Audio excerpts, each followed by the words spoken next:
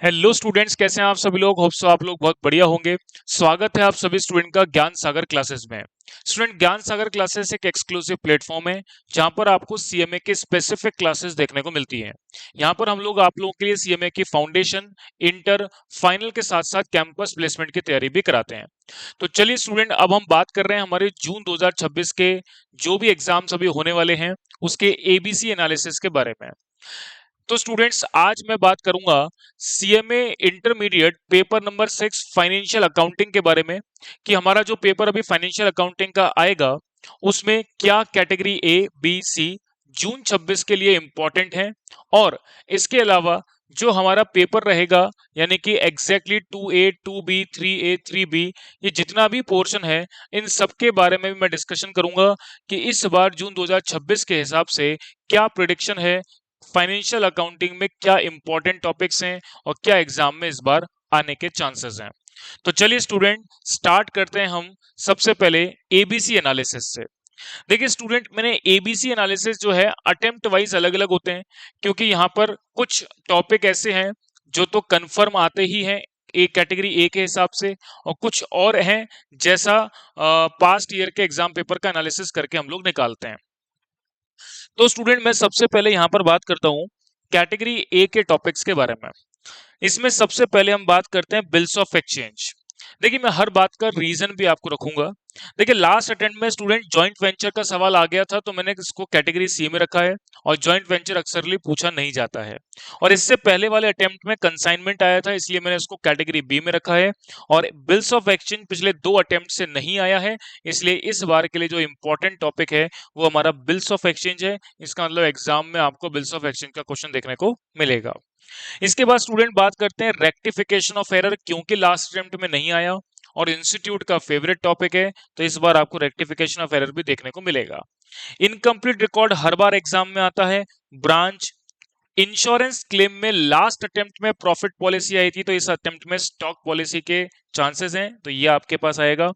Partnership का question हर बार exam में आता है तो यहां पर एडमिशन का क्वेश्चन देखने को मिल रहा था, इस बार उम्मीद है रिटायरमेंट या डिसोल्यूशन से क्वेश्चन आपको मिले।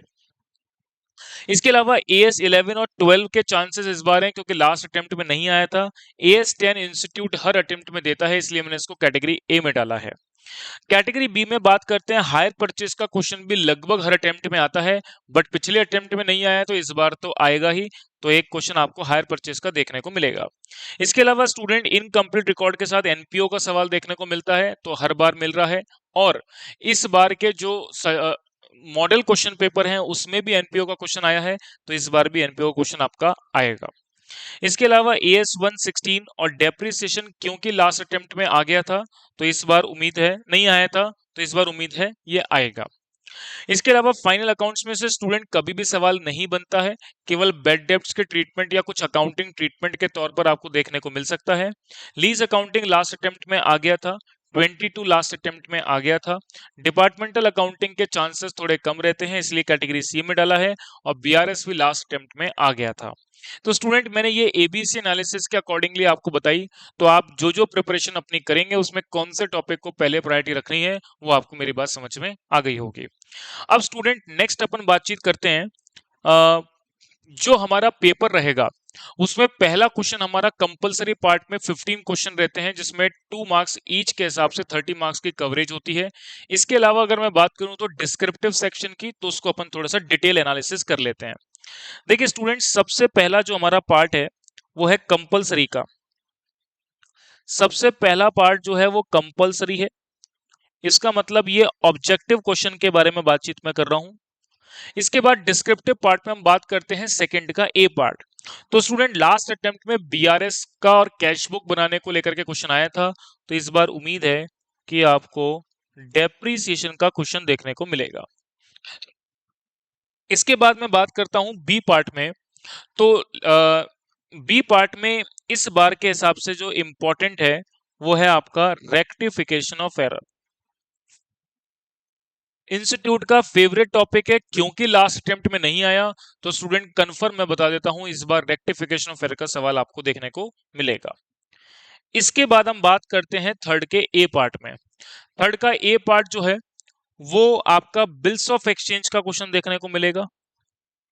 ये बात मैंने अभी आपको डिस्कस करी ही थी कि लास्ट अटेम्प्ट में जॉइंट वेंचर और उससे लास्ट अटेम्प्ट में कंसाइनमेंट आया है, तो इस बार चांसेस बिल्स ऑफ एक्सचेंज के हैं फर्स्ट प्रायोरिटी पर। और सेकंड प्रायोरिटी में अगर मैं बात करूं तो कंसाइनमेंट का सवाल आपको देखने को भी मिल सकता है। इसके अलावा थर्ड के बी पार्ट में क्योंकि लास्ट अटेम्प्ट में हायर परचेज नहीं आया है, तो मैं बता दूं स्टूडेंट्स इस बार आपको हायर परचेज का सवाल देखने को जरूर मिलेगा। इसके अलावा मैं फोर्थ के ए पार्ट में बात करूं तो स्टूडेंट्स हर बार अटेम्प्ट में फोर्थ का पूरा सेक्शन इनकम्प्लीट रिकॉर्ड्स का 14 मार्क्स का रहता था, लेकिन लास्ट अटेम्प्ट में एनपीओ और इनकम्प्लीट देखने को मिला। और इस बार के मॉडल क्वेश्चन पेपर में भी फोर्थ को दो पार्ट में डिवाइड किया गया है, तो इसमें पहला पार्ट आपको एनपीओ का सवाल देखने को मिलेगा और इसमें दूसरा पार्ट आपको कन्फर्म इनकम्प्लीट रिकॉर्ड्स का सवाल देखने को मिलेगा। ये दोनों ही क्वेश्चन 7-7 नंबर के आपके आएंगे। इसके बाद स्टूडेंट्स बात करते हैं फिफ्थ के ए पार्ट में। फिफ्थ का ए पार्ट जो है, ये फिफ्थ का ए पार्ट नहीं है, फिफ्थ क्वेश्चन पूरा कंप्लीटली पार्टनरशिप का पूछा जाता है, बड़ा सवाल जो कि 14 मार्क्स की कवरेज करता है। और पार्टनरशिप में लास्ट दो अटेम्प्ट से स्टूडेंट्स एडमिशन ऑफ पार्टनर का सवाल आ रहा है, तो इस बार आपका रिटायरमेंट या डिसोल्यूशन ऑफ फर्म को लेकर के सवाल देखने को मिल सकता है, या एडमिशन कम रिटायरमेंट का भी देखने को मिल सकता है। इसके बाद स्टूडेंट बात करें अपन सिक्स्थ पार्ट की, तो सिक्स्थ के ए पार्ट में ब्रांच का क्वेश्चन एग्जाम में पूछा जाएगा।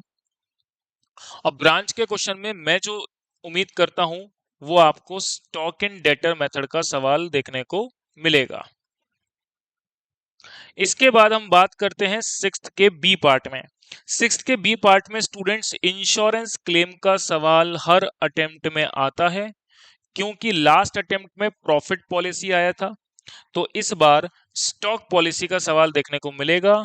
तो आप लॉस ऑफ स्टॉक पॉलिसी का सवाल जरूर से कर लें, जिसमें नॉर्मल एबनॉर्मल लॉस के ट्रीटमेंट को लेकर के अगर बड़ा सवाल बनता है तो आपको ये देखने को मिल सकता है। इसके अलावा स्टूडेंट्स सेवेंथ वाले सेक्शन में आते हैं, तो यहाँ अकाउंटिंग स्टैंडर्ड की कवरेज मिलेगी। तो मैं आपको बता दूं इसमें AS11 या AS12 का एक क्वेश्चन देखने को मिलेगा, और बी पार्ट में आपको AS16 का क्वेश्चन देखने को मिल सकता है। इसके अलावा स्टूडेंट एट्थ को हम तीन पार्ट में डिवाइड करते हैं। एट्थ के ए पार्ट में जो है आपको AS10 देखने को मिलेगा, और इसके अलावा एट्थ के बी पार्ट में आपको फाइनल अकाउंट का जनरल सवाल देखने को मिल सकता है। अकाउंटिंग एंट्री को लेकर के मैं यहां पर बात कर रहा हूं। और एट्थ के सी पार्ट में आपको पार्टनरशिप का सवाल देखने को मिल सकता है। तो पार्टनरशिप का छोटा रेशियो का सवाल बनाने को लेकर के क्वेश्चन पूछ सकता है। तो ये सारा ही सेक्शन मैंने फाइनेंशियल अकाउंटिंग को लेकर के कवर किया है।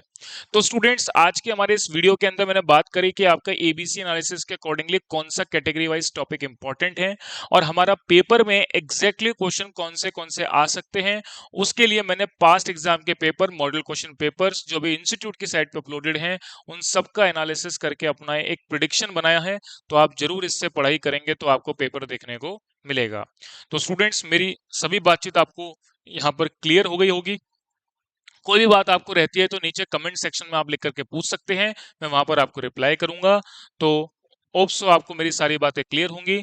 अब आप अपने एग्जाम की प्रिपरेशन करें अच्छे से, और आपके एग्जाम को लेकर के मेरी तरफ से ऑल द बेस्ट। अच्छे से पेपर लिखना, कंप्लीट पेपर अटेम्प्ट करने का प्रयास करना, क्योंकि फाइनेंशियल अकाउंटिंग का पेपर बता देता हूं सबसे लेंदी पेपर देखने को मिलता है।